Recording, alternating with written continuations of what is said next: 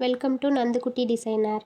இன்றைக்கி நம்ம வீடியோவில் என்ன பார்க்க போகிறோன்னா, சாரீக்கு ஃபால்ஸ் எப்படி வைக்கிறதுன்னு பார்க்கலாம். அதுக்கு சாரியோட உள் சைடு எடுத்துக்கோங்க. அதில் கீழ் சைடில் ஒரு ஜானுக்கு இந்த மாதிரி நான் கை வைக்கிற மாதிரி வச்சு ஒரு மார்க் பண்ணிக்கோங்க. மார்க் பண்ணிவிட்டு அதிலேருந்து நம்ம ஃபால்ஸ் வைக்க ஆரம்பிக்கலாம். அந்த ஒரு ஜான் எதுக்காக விடுறோன்னா, நம்ம சாரியை உள் சைடு மேலே சொருகும் போது அந்த கீழே இருக்கிற சைடு வந்து தூக்கிக்கும். அப்போ வந்து நம்மளுக்கு அந்த இடத்துல ஃபால்ஸ் தேவைப்படாது. அந்த ஒரு ஜான் விட்டுட்டு நம்ம வந்து தைக்க ஆரம்பிக்கலாம். அதுக்கு ஃபால்ஸ் எடுத்துகிட்டு உள் சைடு வந்து கீழே பார்த்த மாதிரி இருக்கணும். அந்த சாரீ கிளாத்தை பார்த்த மாதிரி வச்சுட்டு நீங்கள் அடிக்க ஆரம்பிங்க. இப்போ நான் வைக்கிறேன் பாருங்கள்.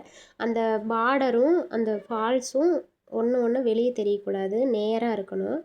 நேராக வச்சு தைக்க ஆரம்பிங்க. அதுக்கு லெஃப்ட் சைடு துணியை வந்து நீங்கள் இழுத்து போட்டுக்கோங்க. சாரியை இந்த மாதிரி கையில் நீவி விட்டுட்டிங்கன்னா உங்களுக்கு அந்த சுருக்கம் வரவே வராது. ஃபஸ்ட் டைம் தைக்கிறவங்களா இருந்தால் கொஞ்சம் கஷ்டமாக இருக்கும். நீங்கள் தைக்க சரியாக போயிடும்.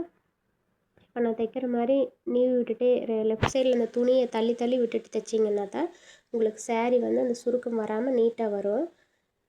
அதே மாதிரி தைச்சிட்டே வாங்க.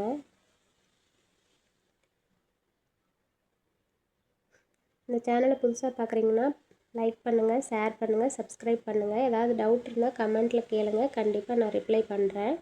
லாஸ்ட்டாக அதே மாதிரி 1/2 இன்ச் மடித்து விட்டுட்டு மறுபடியும் ஒரு டபுள் ஸ்டிச் போட்டுட்டு கரெக்டாக மடிக்க ஆரம்பிங்க. இப்போ அந்த ஃபால்ஸ் வந்து நேராக வைக்கணும். இப்போ நான் சொன்ன மாதிரி சாரீ இழுத்துட்டோ இருந்துச்சுன்னா உங்களுக்கு ஃபால்ஸ் சுருக்க கண்டிப்பாக வரும்.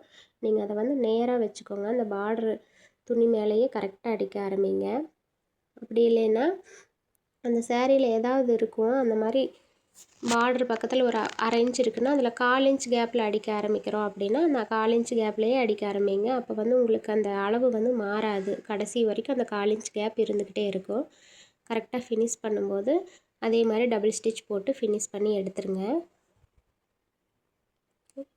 இப்போ பாருங்கள், வெளி சைடு பார்க்கும்போது அந்த சுருக்கமே இல்லை. நெக்ஸ்ட் வீடியோவில் பார்க்கலாம். Bye friends.